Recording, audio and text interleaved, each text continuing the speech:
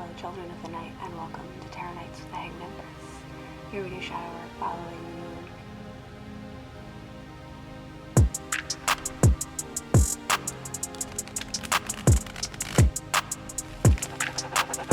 Yo, VI, play the beat.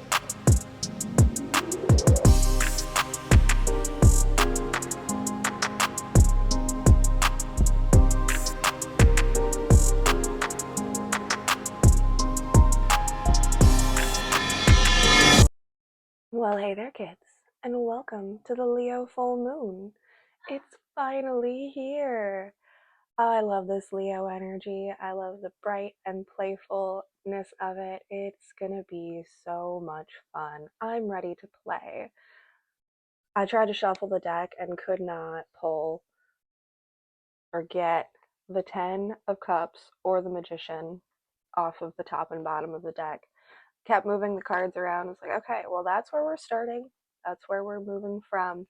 We are making and creating in a space of completion, or into a space of completion. Conclusion also came out there. We're coming to conclusions, and that's what this Leo moon is here to do. When you get the Aquarius fixed air and you mix it with the Leo fixed fire, what you end up getting is kind of the power and intensity of a blowtorch. It's not a candle, it's not a wildfire, it is the precise and controlled power of wielding a blowtorch. Just the fire goes wherever you want it to go.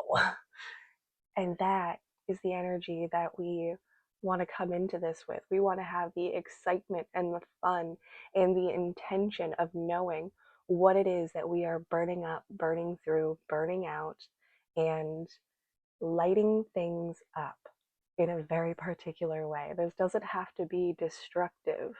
This can be constructive destruction. This can be any kind of chaotic and exciting yet fun and exhilarating experience. And we've got all of this bright and happy energy coming in from the moon, and it's so great. We went outside to grab our, as we're calling it now, the frost deck.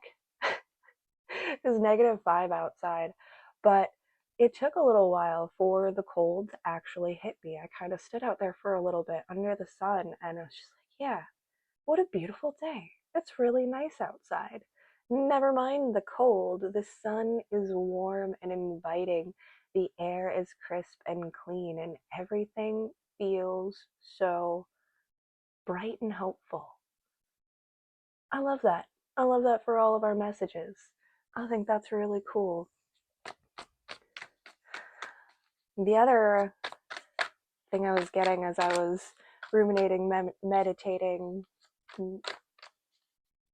I don't know what that word was going to be, was that one of my planners has like the moon cycles and everything in it, and what it called this moon was the Quickening moon. And I thought that was really cool. With everything that we've had going on with Aries energy in particular, Neptune and Aries, Chiron's and Aries, everything's just starting to come up into that initial cardinal fire energy. And it felt like the Highlander movie, The Quickening. You know, like, this is where you become immortal. This is where your truth becomes immortal. This is where it is solidified and vivified with the lightning from the sky, that electric charge that gives you all of the power to sustain, thrive, and carry on. It's gonna be great. All of it. Not saying that the Highlander doesn't forebode a great battle, but there's a fierceness and a confidence in all of the truths that we have been sorting out and sorting through. Everything that is authentic and real will sustain and be lit up made solid. Now I'm getting kind of like lightning, when lightning strikes sand and it becomes glass, or the forge, and like forging steel and that fire making our dreams solid. And got the Fool on the top of the deck.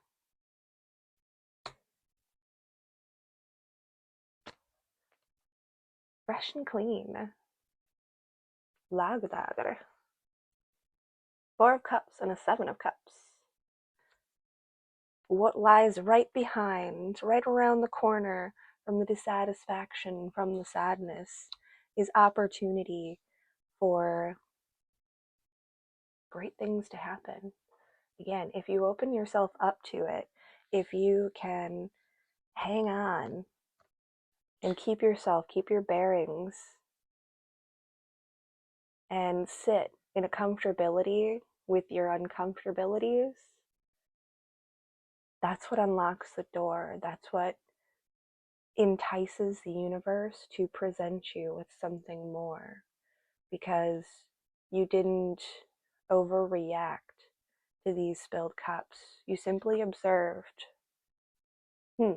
well, that didn't pan out exactly the way I wanted it to. What can I do better? How can I make this better? How can I find a home? Looking at that crab crawling into the cup. How can I find a home here and make it look more like something that I want to be in and see in? Aha, here. There's a particular gift in saying no. There's a particular opportunity in declining opportunities, not for the sake of not opening yourself up, but observing the opportunities and deciding for yourself. What do we say? It's like leaving your note on the door. Like, okay, I like this door. It's got some like good qualities, but it's like it needs this or it needs that. It needs to come back to me in this particular way, and sending off those notes. I'll come back when these things have been fixed. And now we get to open the door. We get to step through and see all of the wonders and possibilities. Okay, I want frost egg. I do. I gave it a cut. I didn't want to give it a shuffle while it was still so cold. It felt like the cards didn't want to bend in that time. You have to make a clean cut when things are frozen so solid. Ooh, that blowtorch just kind of went into like a really fine like welding torch now. And now we're cutting through steel. Like cutting open a door even. That's cool. There isn't a door that I like. I'll make a door. We'll just take this here blowtorch and make a new one. How's that sound? It sounds nice.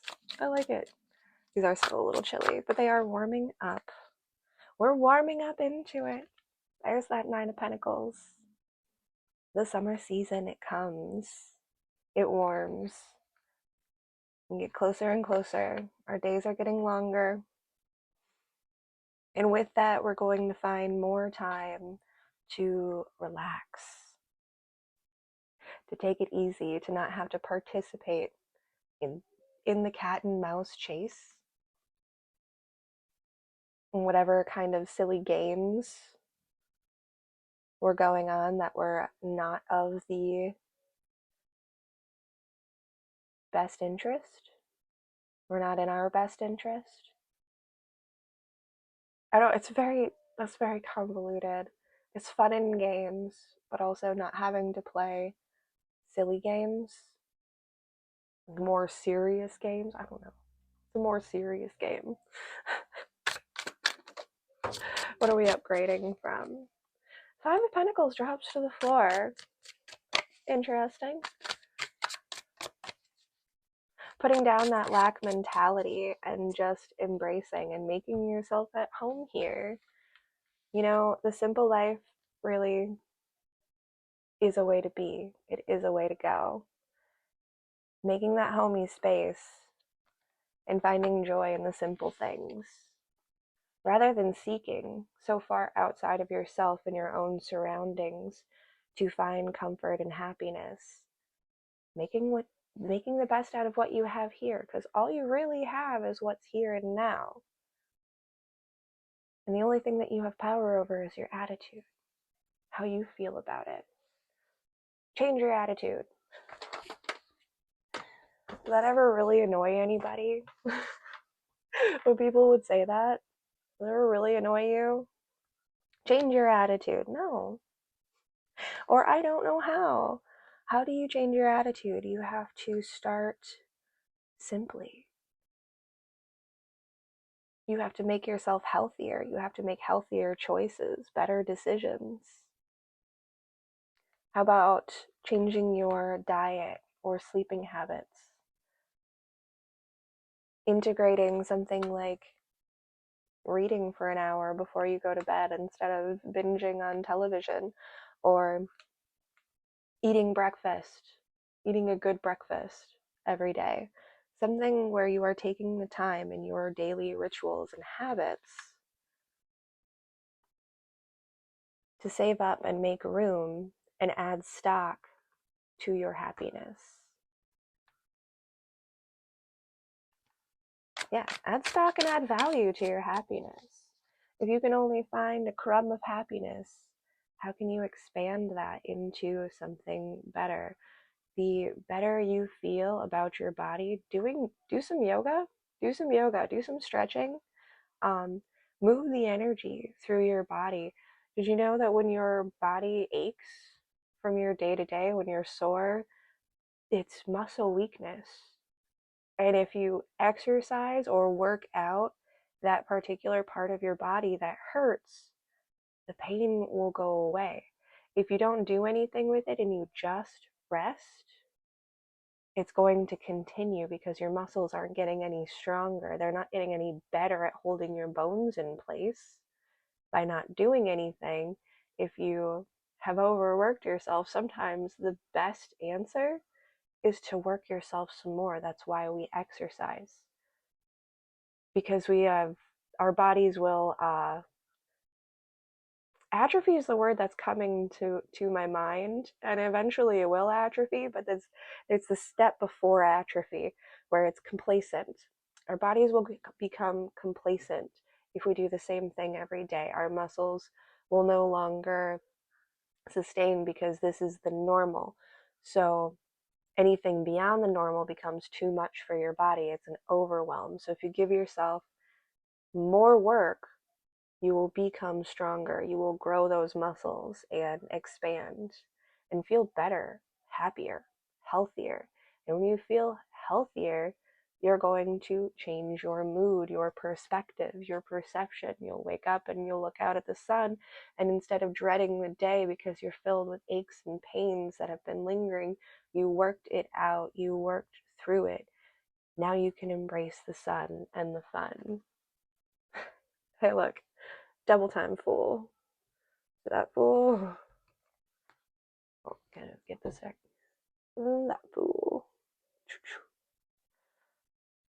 Working with the autofocus. We're learning. We're learning. I want both decks. I want both decks at the same time. There we go.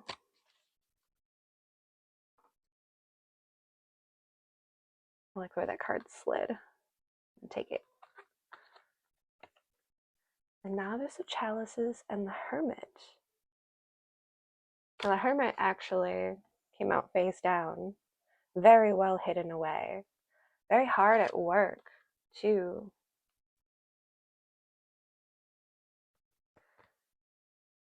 Something about some hidden emotions. The way this novice is really staring into the cup, and the way this hermit is really working away. There's something that needs to be examined, or may also be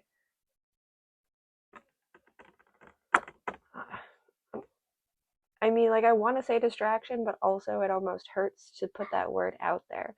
So maybe it's not a distraction, even though the word still is in my brain. And it's like, no, no, don't be so harsh. Don't be so quick to judge. But it could be. Maybe that's just my own personal perspective on how emotions can be distracting to your productivity. But again, I feel more like this is a call to do that work, to work on something that perhaps does need your focus and attention. There might be a feeling that needs to be attended to. Yeah, something needs to grow. I'm looking at the tree growing in the background here, and something needs the time, attention, and structure to grow. We need to carefully plan where we're going to plant this seed, where it's going to get the right amount of light. Is it going to be in an environment that is beneficial to it?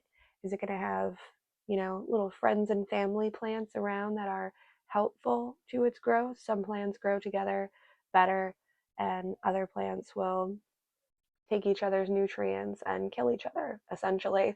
They don't get along. So what kind of environment are we going to put this new seed into? Where are we going to pour our emotions?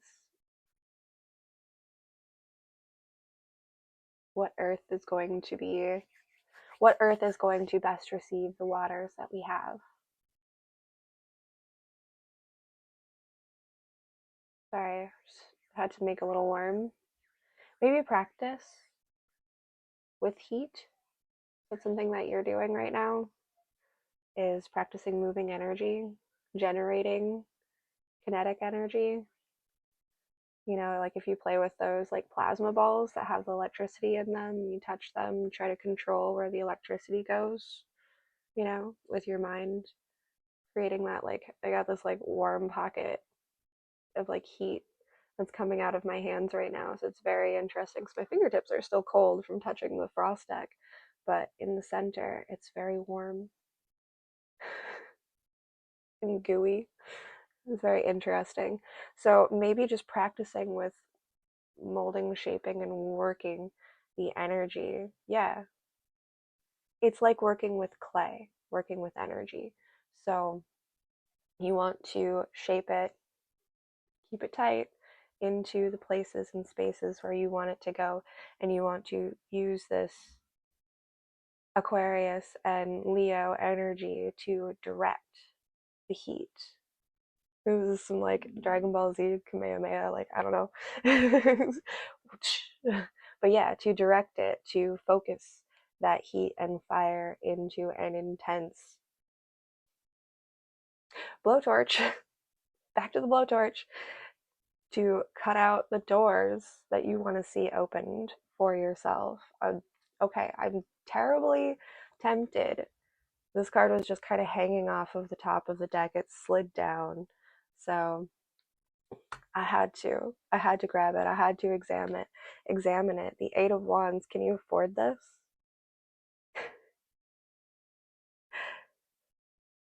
Can you afford this? What can you afford? Getting the bills. Yeah, you can. Of course you can. You've got enough to go around. There's enough to cover everything. This isn't overwhelming. This is meeting the challenge and feeling the satisfaction of meeting your challenge. That's beautiful. You're pulling it together. You're figuring it out. Again, it's moving in a good direction. Has it really been like almost 20 minutes? That's crazy. I feel like we just got here. Time really flies by when you're having fun, doesn't it? Time really flies by when you're having fun. I'm not done. Not yet, anyways. I'm not done yet. Listen, I'm here right now. I'm not dead yet. I will not say the name of the band, but we'll type it because I will butcher the pronunciation. Sometimes my mouth be dumb. I need to hear certain words in order to understand how to pronounce them. Sitting with the Tower on top. The Six of Cups beneath. Yeah, it's meeting the challenge. I think that there is going to be a heavy sentiment of destruction. The palace falls. Something is coming down, but it feels like an evil empire is crumbling, and what's left standing is pure, true strength, resilience, resistance, inner power. It's just standing in your own. Finally, we get to start. We get to begin. Ergo, the Fool energy. All right, all right.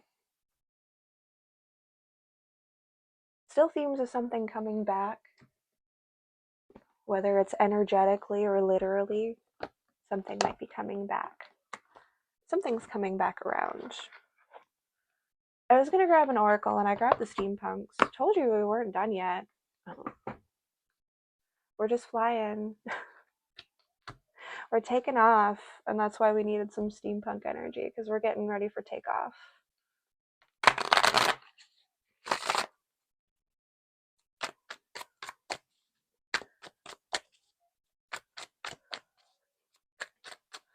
Still got those bills to pay. You're going to meet them. Maybe I'm not taking all of that. Don't give me too much. You're going back in. Being choosy. I'm not taking all of that. Wait. Before all that comes out, why don't you pull back, like, out a deflective bubble as rubble comes falling down. Seven of Swords crosses the Ten of Cups. What's beneath? The Seven of Cups? Something cannot stop this gift. No matter how somebody wants to manipulate, change, fuck with, sabotage, they're not going to be able to block this out. It just keeps coming. The gifts just keep on coming. They will literally become frustrated with their inability to keep you miserable. Like, whatever this energy is that's trying to, like, steal, block out, it's the evil empire, of course. Whoever that is representative of for you. Like, they're gonna become downright frustrated. They're like, I am so skilled at manipulation. I am so skilled at theft. I am so good at getting what I want. But you can't stop it. You can't stop the gifts. You can't stop the love. You can't stop the light. You can't block out the sun. Everything will die without it.